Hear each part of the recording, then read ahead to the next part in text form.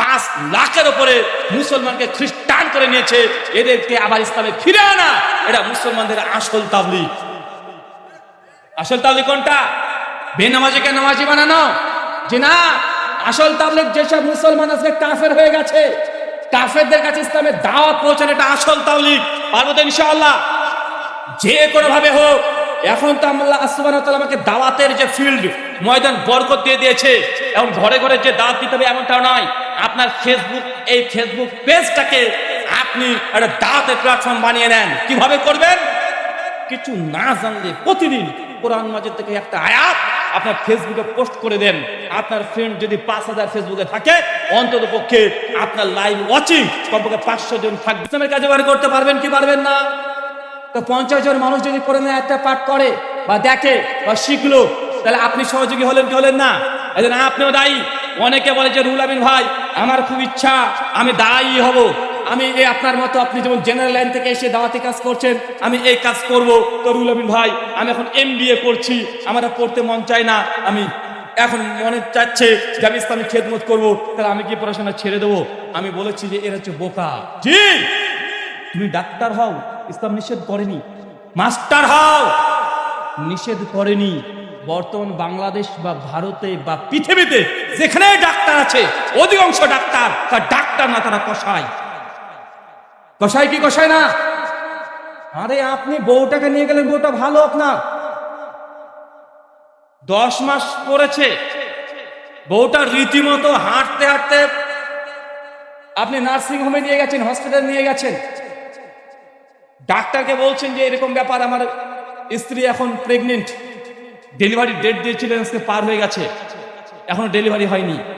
Doctor সঙ্গে সঙ্গে কি সব ওষুধ খাইয়ে দিয়ে, ইনজেকশন দিয়ে আপনার স্ত্রীর জন্য স্বাভাবিক ব্যথা, পেন যেন না ওঠে, তার জন্য ইনজেকশন দিয়ে রেখে দিয়েছে। আছে না নাই কথা বলেন? 2 ঘন্টা 4 ঘন্টা স্যালাইন ট্যালাইন হাবিজাবি দিয়ে ডাক্তার ছুটে এসে আপনাকে বলবে যে ভাই মুসিবত কি হয়েছে? বলছে আপনার মেয়ে স্ত্রীর তো পানি শূন্যতা ছিল, পানি নেই। আরেকজন এসে বলে দেখেন আপনার স্ত্রীর তো রক্তে হিমোগ্লোবিন কমে গেছে, আরে এ তো প্রেশার হাই হয়ে গেছে, এখন নরমাল ডেলিভারি করা যাবে না, আপনার স্ত্রীর পেটে যে বাচ্চা আছে ও নারীটাকে জড়িয়ে নিয়েছে। এইসব কথা বলে কি বলে না? সব বদমাইশি, 90% বদমাইশি, কিছুই হয় নাই। আরে স্ত্রী সকালবেলা হাঁটতে হাঁটতে আসলো, বাইরে কাজ করে আসলো, আর তোর কাছে এসে তার নারী উল্টে গেল, তার হিমোগ্লোবিন কমে গেল, রক্তে পানি কমে গেছে, তার শরীরে গ্লুকোজ কমে গেছে, মানে 10-12 রকমের আপনাকে একদম শুরু করে দিল, এ হয়েছে ওই হয়েছে। এখন আপনি বিপদে, আমার স্ত্রী, আমার সন্তান, বাপ মা, বাবাই মেয়ে সাহেব সেই সময়তে সিরিয়াস হয়ে যায়, ইমোশনাল হয়ে যায়। তো ডাক্তার বাবা কি করতে হবে? তোর বলছে কিছু করতে হবে না, 3 থেকে 4 ঘন্টার মধ্যে যদি একে সিজার না করেন, মা অথবা বাচ্চা একজনের ক্ষতি হয়ে যাবে। এখন পৃথিবীর কোন বাপ আছে যেটা শোনার পরে বলবে যে না আমার স্ত্রীকে আমি নর্মালি ডেলিভারি করবো? ও ভয়ে ভয়ে বলছে যা ইচ্ছা তাই করে নেওয়া। এখন পেট কেটে ছেড়ে দিয়েছে, ভাই ডাক্তার না কষায়? আরে বেটা জ্বর হয়েছে, সামান্য জ্বর, 3 দিন ধরে জ্বর ভালো হয়নি, ডাক্তারের কাছে গেছে, বলছে ওটা বডি চেক করতে হবে। তোর বেটা হয়েছে জ্বর, ওটা বডি চেক করতে হবে, এখন 10-12টা লিখে দিয়েছে, রক্ত চেক করতে হবে, বা আছে না নাই কথা বলেন? তা ডাক্তার না কষায়? আর এদের তো রুগী মানুষকে তারা মনে করে, ডাক্তাররা মানুষকে কি মনে করেন জানেন? পার্সেন্টেজ। মনে হয়েছে বলেছে এই রক্ত ব্লাড গুলো টেস্ট করতে হবে, ওই দোকানে পড়বি, তো একটা যদি কাজটা পাঠাতে পারে ডাক্তার পার্সেন্ট পায়, তো আপনাকে মানুষ মনে করেন না পার্সেন্ট মনে করে? কি মনে করে ডাক্তার আপনাকে? আরে আপনি মনে করছেন মানুষ, আপনাকে মানুষ মনে করে না, ও আপনাকে পার্সেন্ট মনে করে। পার্সেন্ট মানে কি? মানে তুই যদি যাস যে রক্ত টেস্ট করিস, তো 100 টাকার মধ্যে 10 টাকা ডাক্তার পাবে। তো এই মানুষকে নিয়ে এখন ব্যবসা চলছে। মানুষ তাদের কাছে মানুষ না, মানুষ হচ্ছে ব্যবসার পণ্য দ্রব্য, পার্সেন্টেজ। মানে মানুষ বাস্তব মূল্য এটা গুরুত্বপূর্ণ না, বরং তাকে যে আমার কত টাকা পরে ঢুকলো এটা তাদের কাছে বেশি গুরুত্বপূর্ণ। আর এরকম রিপোর্ট অনেক দেখা গিয়েছে, লোকটা মারা গেছে রাত্রি 12টার দিকে, মানে পেশেন্টকে ভর্তি করার আগে পেশেন্ট মারা গেছে, কারণ ডাক্তার বলছে ভর্তি করে নিয়েছি, মারা তো গেছে। মানুষ তো দেখছি যে বেশ ভালোই বড় লোক, টাকা পয়সা আছে, কি করতে হবে? ডাক্তার ওকে আইসিইউতে নিয়ে চলে গেছে, মিটিং করছে, খবরদার এই যে মারা গেছে বাড়ির লোককে বলিস না, আইসিইউতে ভর্তি করে দে, 3 দিন থাকলে 1.5 লাখ টাকা বিল হবে, সঙ্গে ভর্তি করে নিয়ে মরা মানুষকে 3 দিন আইসিইউতে রেখেছে। 3 দিন পর বলছে আপনার বাবা নাই, দুঃখিত, আই এম সো সরি, আমরা কিছু করতে পারলাম না, আল্লাহ আপনার বাবাকে নিয়ে নিয়েছে। অথচ লোকটা 3 দিন আগে মারা গেছে, আইসিইউতে রেখে 1.5 লাখ টাকা কামিয়ে বসে আছে। ডাক্তার না কসাই, এটা কসাই। তুমি যদি মুসলমান, তোমার ভিতরে যদি ঈমান থাকে, তুমি একজন মানুষকে মানুষ মনে করবে, পাশের মনে করবে না। যে মানুষটাকে যদি আমি ট্রিটমেন্ট করি কত টাকা পকেটে ঢুকবে এটা তুমি মনে করবে না, তুমি মনে করবে যে এটা হচ্ছে আদম সন্তান। এ যদি অসুস্থ হয়, আল্লাহ হচ্ছে শাফি, আল্লাহ সুস্থতা দানকারী, আল্লাহ আমাকে ওসিলা বানিয়েছে, আমি সুস্থতার জন্য তাকে কাজ করবো, আল্লাহ আমাকে এর জন্য নেকি দিবে। এজ এ মুসলমান ইমানদার যে ডাক্তার হয়, এই বর্তমান পুঁজিবাদী ডাক্তার, পার্থক্য আছে না নাই? এই সমাজে ডাক্তারও দরকার আছে, এই সমাজে মুসলমানের হসপিটালে দরকার আছে। আপনার কোটি কোটি টাকা। আমি অবাক হই, একটা মেয়ে সারা জীবন পর্দা করছে, জিন্দেগিতে তার মুখ কেউ দেখে নাই, তার হাত কেউ দেখে নাই, কিন্তু মেয়েটা যখন প্রেগনেন্ট হয়ে যায়, সেই সময় পুরুষ ডাক্তার দিয়ে তার সিজার করতে হয়, তার যৌনাঙ্গ দেখাতে হয়, তার গোটা শরীরকে নাড়াচাড়া করে, বা আছে না নাই? কথা বলেন, আছে না নাই? তা আপনার মেয়ে যদি ডাক্তার হতো, আপনার মেয়ে যদি নার্স হতো, আপনার এলাকায় কোটি কোটি টাকা আছে, এত বড় বড় কোটিপতি ব্যক্তিরা আছে, কেন এলাকাতে একটা মেয়েদের দ্বারাই সম্পূর্ণ মাতৃসদন এটা তৈরি করা যায় না? যেখানে শুধু মেয়েরা, এখানে পেশেন্ট, মেয়েরাই ডাক্তার, মেয়েরাই নার্স, সম্পূর্ণ মেয়েদের দ্বারা কাজ করানো যায় না? যাবে কি যাবে না? কথা বলেন। এটা ইসলামের জন্য আপনি কাজ করছেন? আপনি মনে হচ্ছে ইসলামের জন্য কাজ করা কি আমাকে আলেম হতে হবে, আমাকে বক্তা হতে হবে, আমাকে লেখক হতে হবে? না, আপনি যে সেক্টর আছেন সেই সেক্টর থেকে কাজ করেন, ইসলামটাকে সামনে রেখে আপনি ইসলামের জন্য কিছু করলেন, নবীর স্বপ্ন পূরণে আপনি একজন ব্যক্তি, আপনি সেই জায়গা থেকে কাজ করেন। পারবো তো ইনশাআল্লাহ? হ্যাঁ, কালকে যান, যা হয় হবে, কলেজে যাই তো কালকে শুরু করে দেব। একজন বলছে, রুল ভাই, লোকটার মানে ছেলেটার বাড়ি নাটোরে, মানে আপনাদের বাংলাদেশ নাটোরে, উনি আমাকে প্রশ্ন করছেন যে ফেসবুকে মেয়েদেরকে দাওয়াত দেওয়া যাবে? কত বড় আল্লাহর ওলি! বলছে একটা মেয়ের বাড়ি সিলেটে, মেয়েটাকে ভিডিও রিলস টিলস করতো, টিকটক ভিডিও করতো, তা আমি ওকে মেসেঞ্জারে প্রতিদিন নক করতাম আর তাকে বলতাম যে এগুলো করিয়েন না, এগুলো করলে গোনা হয়।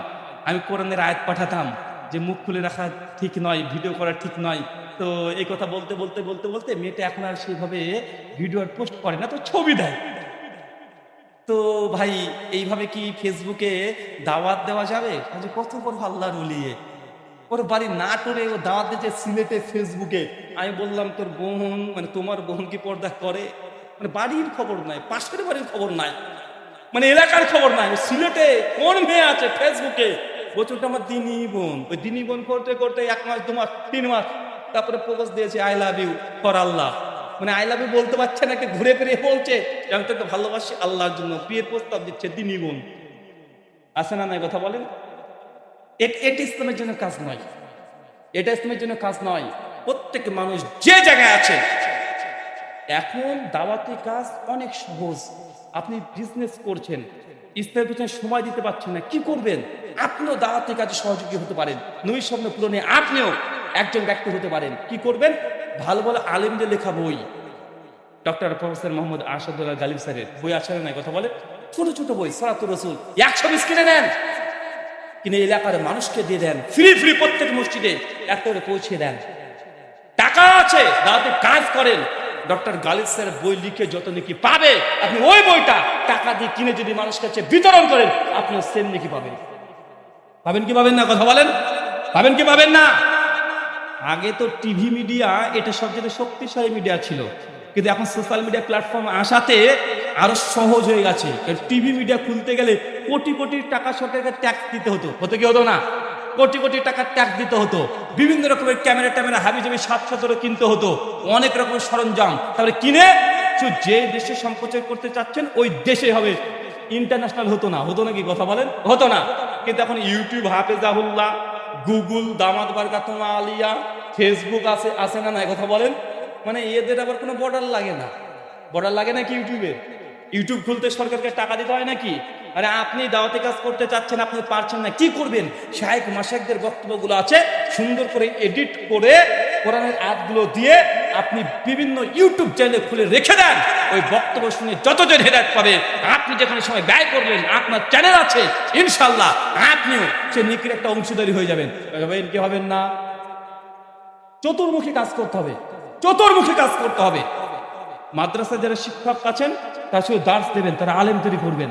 আর সাধারণ জেনারেল শিক্ষিত যারা আছেন, আলেমদেরকে সহযোগিতা করবেন বিভিন্ন দিক থেকে, টাকা দিলে টাকা দিয়ে, বক্তব্য শেয়ার করে, মানুষের কাছে বলে বলে, লিফলেট প্রচার করে, হ্যান্ডবেল প্রচার করে, যে সেক্টর আছেন তাদের সঙ্গে আপনি কথা বলেন। ইনশাআল্লাহ অচিরে আবারও এই বাংলার জমিনে নয়, গোটা বিশ্বে নবীর স্বপ্ন পূরণ হবে ইনশাআল্লাহ। আমরা সহযোগী হব তো ইনশাআল্লাহ। আমাদের মিশন একটাই, প্রত্যেক পৃথিবীর কোনায় কোনায়, ঘরে ঘরে, কাঁচা থেকে পাকা, যেখানে রাত দিন হয় ওইখানে ইসলাম যেন প্রবেশ করে, নবীর এই স্বপ্ন যেন পূরণ হয়, তার জন্য সব জায়গা থেকে আমরা কাজ করতে রাজি তো ইনশাআল্লাহ। এই স্বপ্ন আর কজন পূরণ করবে? আজকে ইনশাআল্লাহ বললাম। আর বাঙালির ইনশাআল্লাহ মানে কি? এটা রিস্ক। আমাদের শেখ আব্দুল হামিদ ফাইজি আল মাদানী হাফিজাহুল্লাহ তিনি বলছিলেন, বাঙালি ইনশাআল্লাহ বললেই ভয় লাগে, কারণ বাঙালির কাছে ইনশাআল্লাহ মানে যে কাজ করবে না ওই কথাতে ইনশাআল্লাহ বলে বাঙালি।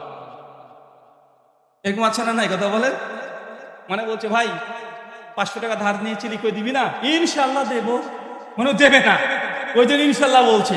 আর যদি আমি দিয়েই দিব তুই ইনশাআল্লাহ বলবো কেন? মানে বাঙালি এইটা মনে করে, করে কি করে না? এমনটা যেন না হয়। আল্লাহ সুবহানাহু ওয়া তাআলা আমাদের এই স্বপ্ন পূরণে প্রত্যেককে যেন সহযোগী হওয়ার তৌফিক দান করে, আমিন। প্রশ্নোত্তর হবে না, ছুটি ঘন্টা হবে ইনশাআল্লাহ। কে কে চলে যাবেন? সবাই থাকবেন? আর আপনারা চলে গেলে আমি তো বাঁচি রে ভাই, আমি তো চলে যাবো তাহলে। জি তাড়াতাড়ি আবার কালেকশন করতে হবে, নেন, বিপদে পড়লে নেবা। নবীর স্বপ্ন পূরণ করতে হবে, সবাই ইনশাআল্লাহ বলেছি। এখন দিন প্রচারের স্বার্থে ক্ষেত্রে দেবেন নাকি? ও যে জান লাগলে জান দেবো, কিন্তু মাল দেবো না, এটাই তো আমাদের নিয়ত নাকি? দেবো তো ইনশাআল্লাহ, যারা আছি সবাই দেবো তো ইনশাআল্লাহ। কাউকে যেন বলার প্রয়োজন না হয়। আচ্ছা, আপনাদের এখানে যারা বসে আছেন, বা আমি টাকা কালেকশন করিও নি, পারিও না, তো এই যতজন আছেন ইনশাআল্লাহ আপনারা প্রত্যেকে যারা আছেন, ছোটরা 50 টাকা, আর বড় যারা ম্যাচিওর হয়ে গেছেন তারা 100 টাকা, বিবাহিতরা 200 টাকা, অবিবাহিতরা 100 টাকা। কে কে দিবেন না তারা হাত তোলেন। বিবাহিতরা 200 টাকা, অবিবাহিতরা 100 টাকা, আর স্টুডেন্ট ছাত্ররা 50 টাকা। কে কে দেবেন না তারা হাত তোলেন। আপনি দেবেন না? আপনি কি বিবাহিত না অবিবাহিত? অবিবাহিত? বিবাহিত? আপনি দেবেন না? মাশাআল্লাহ, একজন দেবে না, আর বাকি সব? আপনিও দিবেন না, 2 জন। মাশাআল্লাহ। আর কেউ আছেন? তুই দিবি না? তো দুধের দাঁতই ভাঙেনি রে এখনো। মানে 2 জন দেবে না, বাকি সবাই দেবেন তো ইনশাআল্লাহ? মাশাআল্লাহ, হয়ে গেল, টাকা শেষ, খাল্লাস। দিয়ে কিন্তু যাবেন। আর যদি না যান খবর খারাপ। মাইদার 98 নম্বর আয়াত, আপনারা ওয়াদাবদ্ধ হয়ে গেছেন অলরেডি যে দিবেন। যদি না দেন তাহলে কাল থেকে 10টা রোজা করবেন। মাশাআল্লাহ, একজন দিয়ে দিয়েছে, আল্লাহ তুমি বারাকা নাজিল করো, আমিন। যদি এখন টাকা না দেন কালকে 10টা রোজা করতে হবে। কয়টা?